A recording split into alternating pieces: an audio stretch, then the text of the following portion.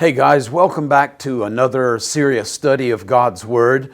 I'm Nunnally, and we are actually in the middle of a three-part series on the book of Psalms, and specifically Psalm 23. This is such an important psalm, and it has such graphic imagery contained within it that it just takes three parts to unpack it in its entirety.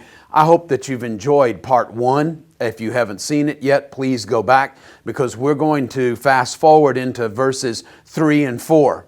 Verses 1 and 2 already have been done in part 1. So we're looking at Psalm 23, verses 3 and 4 today, and we are going to repeat the entire psalm, and just so that everybody's on the same page, and then we'll go into new material for this part 2. Psalm 23, the Lord is my shepherd, already graphic imagery. I will not lack, or I will not want. He makes me to lie down in green pastures. He leads me beside still waters. Now in the yellow font, this is material that will be new for us in part 2, in this session today. In verse 3, He restores my soul. He leadeth me in the paths of righteousness for His name's sake. Verse 4, Yea, though I walk through the valley of the shadow of death, I will fear no evil, for Thou art with me. Thy rod and Thy staff, they comfort me. That's as far as we'll get today, but let's read through the rest of the psalm. It's all beautiful. Verse 5, for next time. You prepare a table before me in the presence of my enemies. You anoint my head with oil. My cup runs over. Surely goodness and mercy will follow me all the days of my life, and I will dwell in the house of the Lord, or Yahweh, forever. What an amazing psalm. So we're going to jump right back into this aspect, these first 4 verses where David is playing off of the first stage of his life as a boy, his life as a shepherd. And so this first 4 verses is going to reflect imagery from David's first stage of his life, David the shepherd. He says at the beginning of verse 3, He restores my soul. Now, I personally think that whoever added the verse numbers, and they're not original to the text, David didn't add those when he's writing this psalm, but this was added later, and I think that this part of verse 3 actually belongs in verse 2. He leads me beside still waters. He causes me to lie down in green pastures, and because of that, He is restoring my soul. Now, the Hebrew reads, Nafshi Yishovev. And it's a beautiful phrase in Hebrew. Let's just take a look at it. I've included the English there for non-Hebrew readers. But my soul, or my life force, and then you have this verb, He, the yod at the beginning, He will yishovev. And the root there I've put in yellow letters. The root shavav. It means to cause to return, bring back, restore, in other words. And so what the author is saying, He restores my soul. It's like He causes my life force, what brings me back to life, what makes me alive. He brings that back to me. In what ways? By His good shepherding. Remember, Yahweh is my shepherd. I will not lack. Lo echsar in Hebrew. I will not lack, because this good shepherd feeds me in green pastures and waters me by resting waters, not ones that are rushing by fast that can cover the sound of an approaching predator, but He is bringing my soul back from the brink. He is restoring me to life. We've, in our culture, developed sayings like, I'm on my last nerve, and that kind of thing, which is just basically saying, I am wrung out, I have had all that I can take, and I'm just about to go under. This is the kind of rescue that God is engaged in when He jumps into the middle of the messes of our lives, and He rescues us from those messes, or He empowers us and promises His presence so He walks through them with us. And this is just a beautiful nafshi yishovev, just a very short clip of a sentence in Hebrew, but the meaning behind it, and especially when put in context with green pastures and still waters, is like God is really doing a job on the confusion and the difficulty and the mess of my life. The next phrase, also in verse 3, is He guides me in the paths, or leads me in the paths of righteousness. The Hebrew again is instructive. The ma'aglei tzedek, and it's actually a combination of two nouns. Paths of whatever tzedek means, and it usually means righteousness, as we get in King James and most other English translations. But let's take a look at the world of the shepherd. In last session, we talked about this place of shepherds and sheep and goats and flocks, etc., herds, is being to the east of Bethlehem, where David grew up. To the east also of Jerusalem, by the way. And you have this very austere, almost desert-like climate and soil type and plant growth and the like. But I want you to take a look closely at this picture and notice that this northern leaning side of this hill, away from the sun, which circles around to the south, provides for all kinds of vegetation. You can see the dark dots there. That's all vegetation. And you can also see, if you look closely, that this northern slope is lined almost like the pages of a ruled piece of paper. You get these grazing paths, and they're approximately a yard, a meter or so apart, and they are parallel with one another, and they incorporate this entire landscape.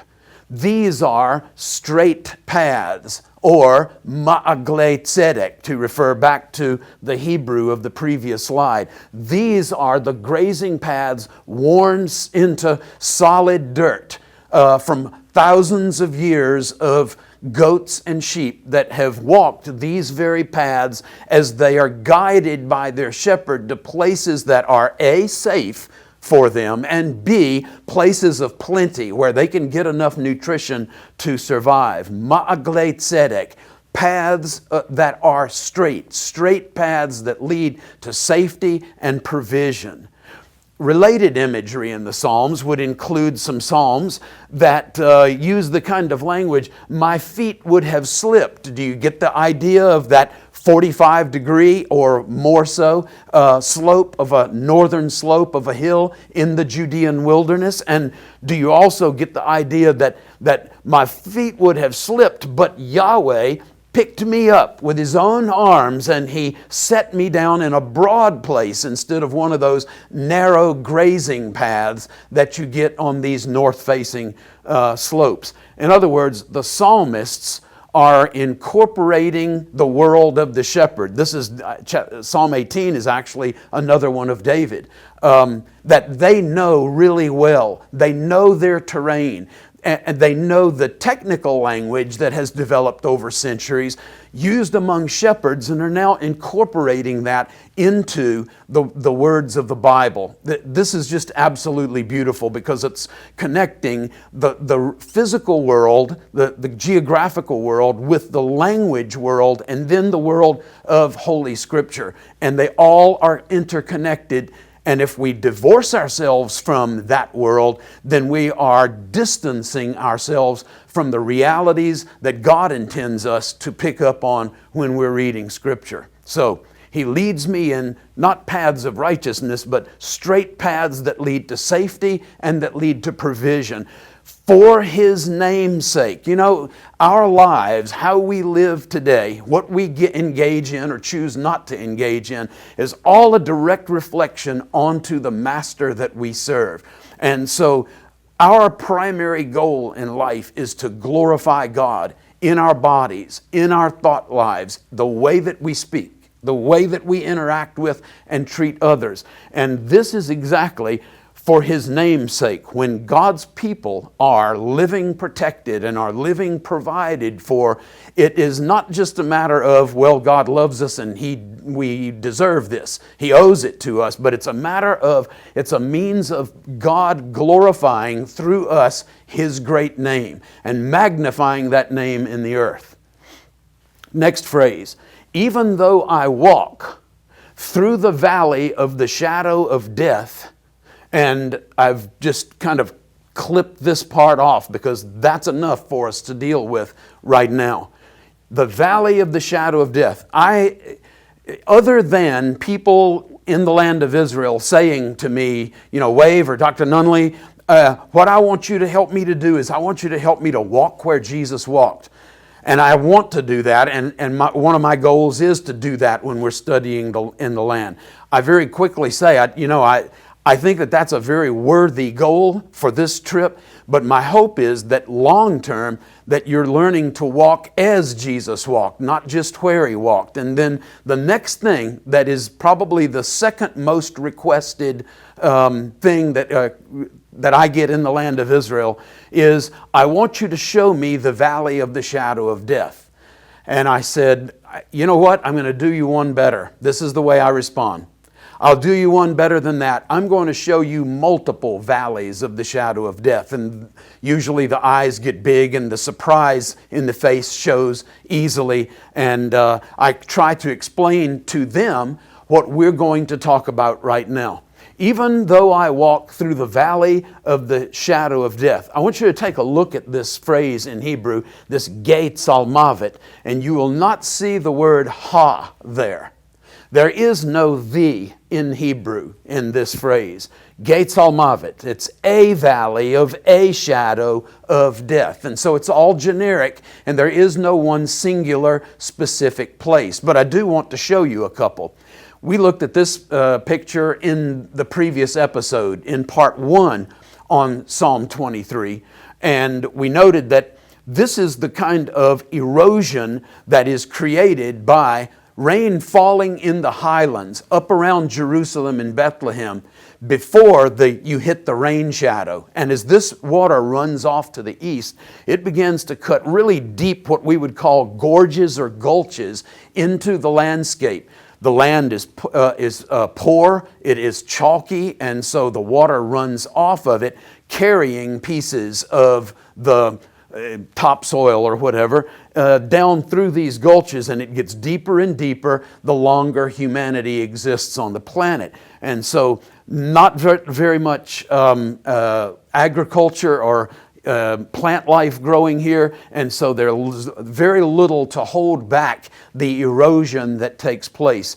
The stone that is there is chalky stone and very easily eroded, and so you get these very deep V-shaped valleys in the landscape, in the surface of the earth. By the way, that word for valley, gay or guy, when it's not connected to another noun, is a word for a V-shaped, very narrow valley. There are other words for the word, for how we translate into the word valley in our English translations of the Hebrew Bible. For example, there's the word emek, and emek means a very wide, broad valley. There's also a bikah, which is not necessarily all that broad, but it's very long, like the Bekaa Valley in Lebanon, or like the Jordan Valley in the land of Israel.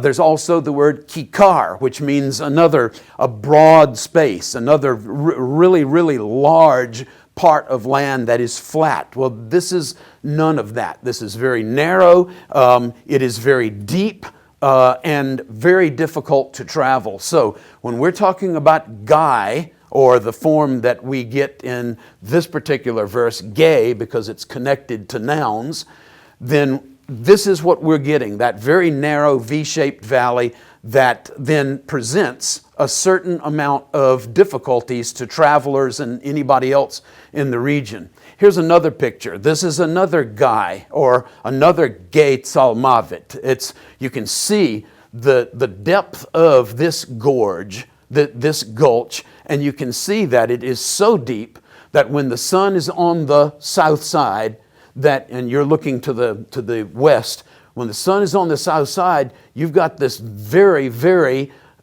shaded, in shadow chunk of land here.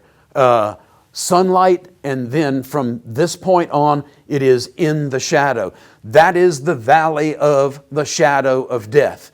You don't have to wonder about it, like, let me try to summon up this image in my mind. You are literally looking at one of the valleys of the shadow of death. Here is yet another one. And so what I want to encourage you to do, because of a conversation I had in the last few days, I want to encourage you to move beyond the land of imagination and make-believe, and move into the world of real physical biblical reality. This person that I was talking to said, I went to Israel recently, and there were so many mental images that I had to correct. I had to fine-tune, because the image that I had created in my mind did not match the reality of what I was seeing on site, in context, with Bible verses in hand being discussed. And I had to have this sort of a come to Jesus moment, that it's more important for me to understand the Bible from its perspective, speaking to me, than it is for me to maintain the mental images that I had created over a lifetime of reading the Bible, but without any access to the realities of the land of the Bible. Ladies and gentlemen, I want you to know, you are witnessing right here in the middle of our discussion on Psalm 23 a great reason to weigh the anchor, to cut the cords, and to make a decision that you are going to go to the land of the Bible and you're going to study the Bible in context. For Christians who are serious about the study of God's Word, I want you to know that reading the Bible without an awareness, one way or another, read books, watch videos on the internet, go to the land of Israel, that would be the best option, and engage the Bible at the flashpoint of divine revelation. In other words, where it actually happened. And you will never be the same. You'll never read the Bible the same, and you'll never come to situations where you're trying to raise kids, or you're trying to make a decision, or you're trying to witness to someone or whatever, with one hand tied behind your back, because you have actually walked where these events and where this kind of language originates.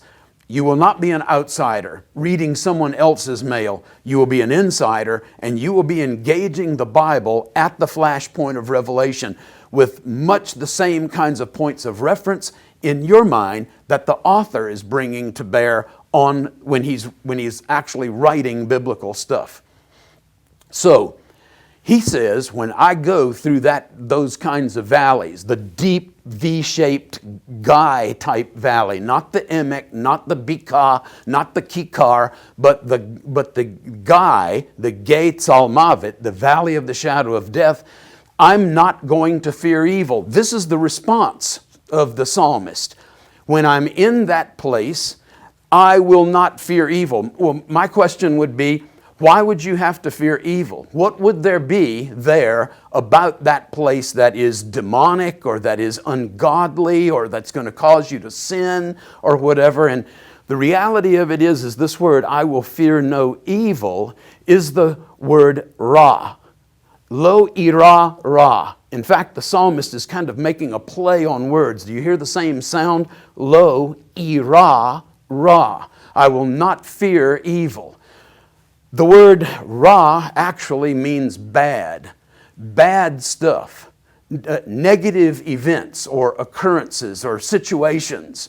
So what would be the kind of bad stuff that could be encountered in one of these deep V-shaped guy-type valleys? Well, you could be wiped out by one of those floods that come cascading down from the hill country, from the areas of Jerusalem and Bethlehem and Ziph, Carmel, Maon, etc., that we read about in the Bible, and come flooding down through the wilderness to the point where hikers are killed almost on a yearly basis in Israel who are trying to navigate those that Gai Tzalmavet, that valley of the shadow of death, a situation where once it reaches flat land right at the Dead Sea, it will literally wipe out whole bridges and whole roads that are heavily constructed, all kinds of concrete and all kinds of rebar and the like, and they can't seem to hold back the force of that flash flood that comes down through those V-shaped valleys. So flood is a great problem of of bad stuff happening. Another problem that would come about as a result of being in one of these deep V-shaped valleys is rock slide. Rock slide is a real reality there because of constant erosion and undermining of softer soil, and you end up having some big, almost kind of like a mini avalanche coming down on you when you're trying to walk through that valley. You can imagine being swept away by water, but can you imagine being stoned, literally stoned to death with rocks falling down upon you and crushing the life force, the nephesh, out of you? Another problem that you find here is the problem of wild animals. You remember David tells the story that, look, I can kill this Philistine, I can kill this giant. I've already, as a shepherd out in the wilderness and taking care of my father's sheep, I've already killed a lion and a bear. So in biblical times, in the days from which this psalm came, you actually have animals that are capable of living in this area, that are capable of taking human life. So there's a third reason why. Floods, avalanche, and wild animals. But then there's a fourth, and maybe even as or more deadly than the other three, and that is danger from people. People who don't have your best interest in mind. I'm sure you can't relate to that. You haven't lived enough of life to be around people who want to swindle you, want to do you harm, want to do your possessions harm, your family harm, or whatever. Never happened in our lifetime. Yes, they actually do all the time. And so these are real concerns, even of God's beloved, even of those who know us, know Him personally. So people who don't have your best interest at heart. Jesus tells a parable about these kinds of people. And you know what He does? He's telling the parable about a man who went down from Jerusalem to Jericho and he fell among thieves. From Jerusalem to Jericho, and he fell among thieves. And so this is exactly the context in which the man who went down from Jerusalem to Jericho, he's cutting through the Judean wilderness. This is the context of Psalm 23. And there were people there who intended to do him harm. They beat him and they stripped him and they robbed him. They left him there for dead. Left him there for dead. And so are there real problems, real dangers in this situation on account of people who mean less than well, who are wanting to do harm? The answer is yes.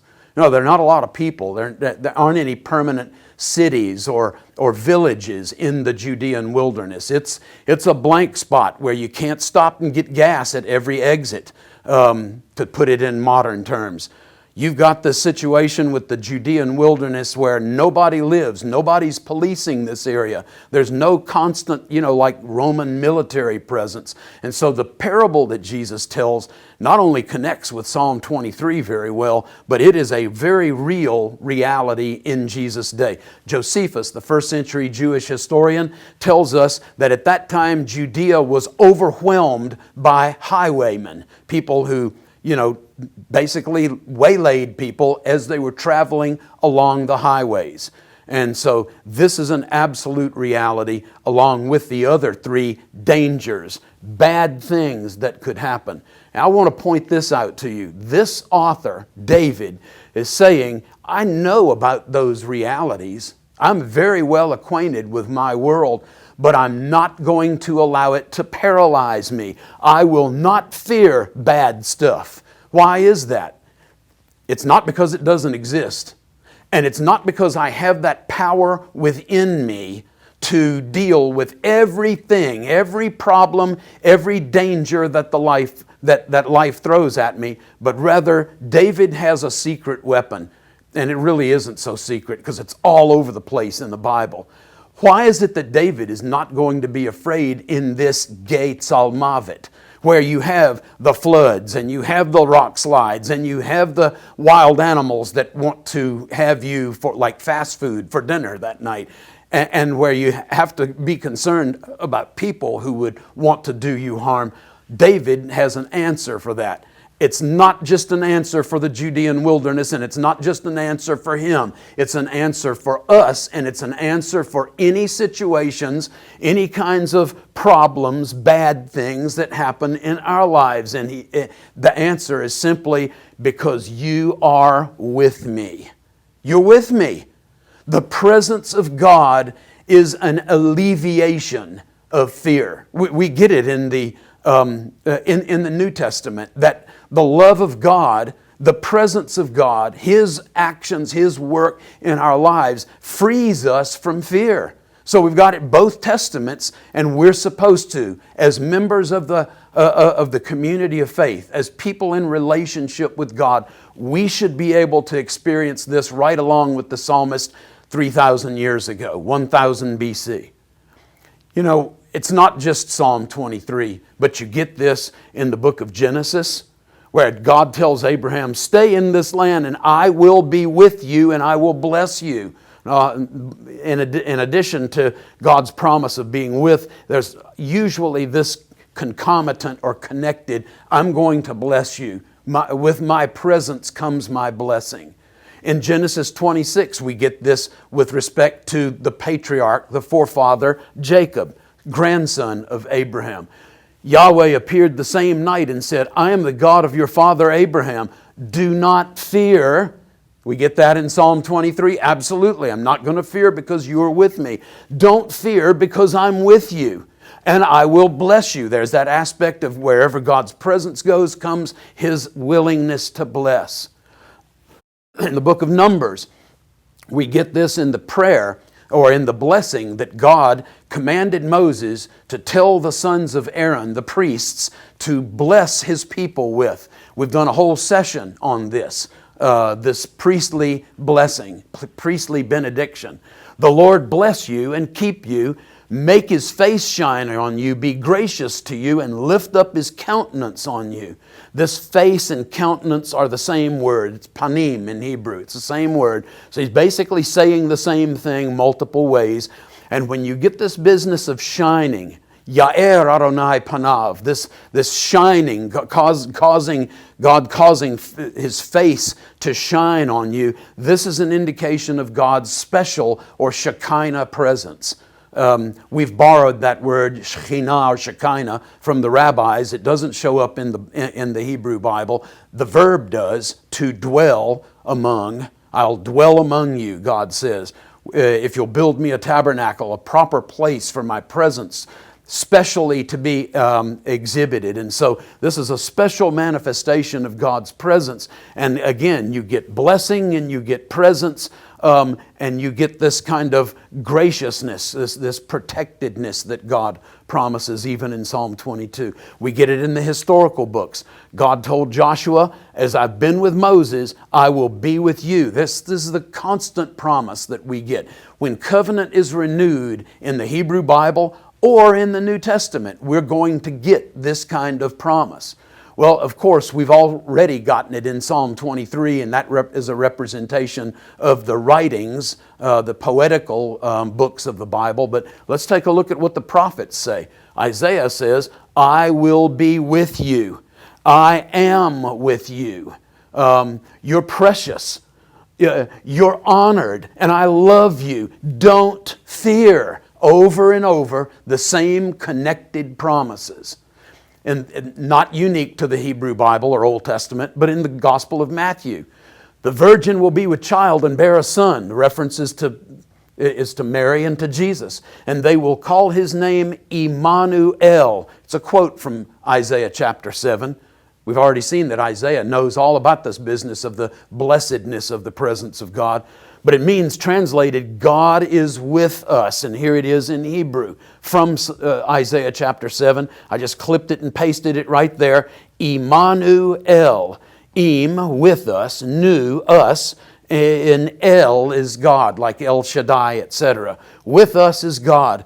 Constant promise. That is in some measure, the string that holds all the pearls of God's covenants with us together, the promise of His presence. Matthew 28, at the end of the Gospel of Matthew as well, not just chapter 1, but all the way through it and even to the end, Jesus says, I am with you always, even to the end of the age. You don't need to walk in fear. You don't need to live in fear. You don't need to have fear dominate your thought life, because God's presence has promised His blessing, His protection, His guidance, etc., that comes along with that promise of presence.